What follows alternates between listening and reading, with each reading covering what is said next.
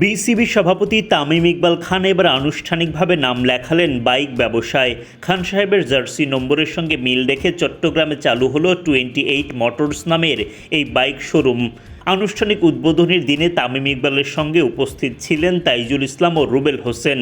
দেখা মিলল তামিম তাইজুলের পরিবারের সদস্যদেরও।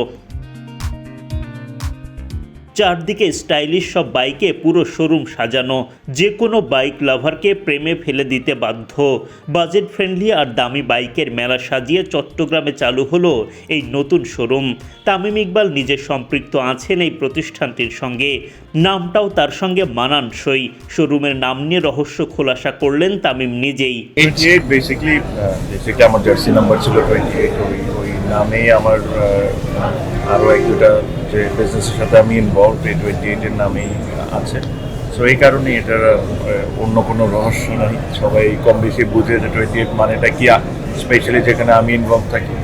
সো এই কারণেই, বাট আমি আশা করি আপনারা জাস্ট আমার ইন্টারভিউ নেবেন না, আসলে একটু ঘুরে দেখবেন, দেখে আশা করি আপনারাও বুঝবেন যে it's probably one of the finest showroom in Bangladesh. Cricket এবং ক্রিকেটারদের সঙ্গে বাইকের সম্পর্ক পুরনো। বাংলাদেশ ক্রিকেট দলে এমন খেলোয়াড়কে হয়তো খুঁজেই পাওয়া যাবে না যিনি কিনা বাইক পছন্দ করেন না। মোস্ট ভ্যালুয়েবল বাংলাদেশি প্লেয়ার হিসেবে পুরস্কার জেতা বাইক নিয়ে ক্রিকেটারদের আগ্রহ দেখা গেছে নিকট অতীতেই, যে পুরস্কারটা আবার তামিমের উদ্যোগেই চালু হয়েছে। এদিকে ক্রিকেটার আর বাইকের অপূর্ব সমন্বয়ে যাত্রা শুরু করেছে চট্টগ্রামের 28 নামের এই বাইক শোরুমটি। তামিম ইকবাল কেবল আর্থিক দিকগুলোই বিবেচনা করেননি, শোরুমটি এমনভাবে সাজিয়েছেন যেন সেটা চট্টগ্রামের নতুন মাইল ফলক হয়। নিজের জন্মভূমি বলেই কিনা চট্টগ্রাম থেকে যাত্রা শুরু করলো 28 মোটরস। মোটরসাইকেলের যে ক্যাপাসিটি এখনো হয়তো বা ওই জায়গায় এখনো আমরা সবাই কেউই রিচ করতে পারি, আমার মনে হয় ক্যাপাসিটি আরও অনেক বেশি। যেমন আপনারা জানেনই যে বাংলাদেশে আর্গুয়েবলি দ্য বেস্ট ব্র্যান্ড, যারা সবচেয়ে ভালো করছে আর সবচেয়ে বেশি বাইক করছে।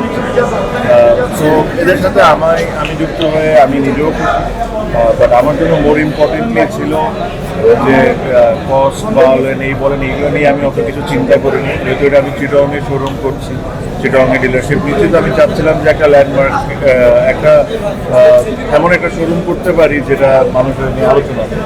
আপনি যদি অন্য অনেকে শোরুম দেখবেন যে হয়তো এতটা বড় থাকে না, অথবা একটু অনেক অথবা ছোটো থাকে, বাট এখানে আমি একদম টপ অফ দ্য লাইন যত কিছু করা সম্ভব ছিল কাস্টমারের ভালো এক্সপিরিয়েন্সের জন্য, ওই জিনিসটা আমি করার চেষ্টা করেছি। আমি আশা করবো চিটাগংয়ের বাসী যারা আছেন ওনারা আসবেন, সার্ভিসটা নেবেন, নিয়ে আমার প্রোডাক্টগুলো ওনারা কিনবেন। সো এটাই I wanted to do something for Chittagong in a nice way, that's why it is. আমার জন্ম চট্টগ্রাম ভাই, সো আমার জন্ম চট্টগ্রাম, আমার চট্টগ্রামের সাথে অনেক লম্বা সুন্দর স্মৃতি আছে।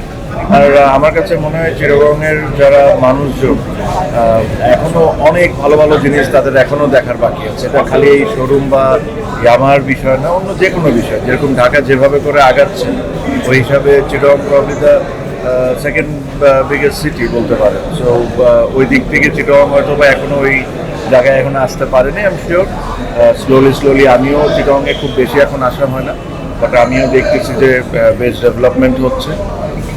But Chittagong, I think, deserves more.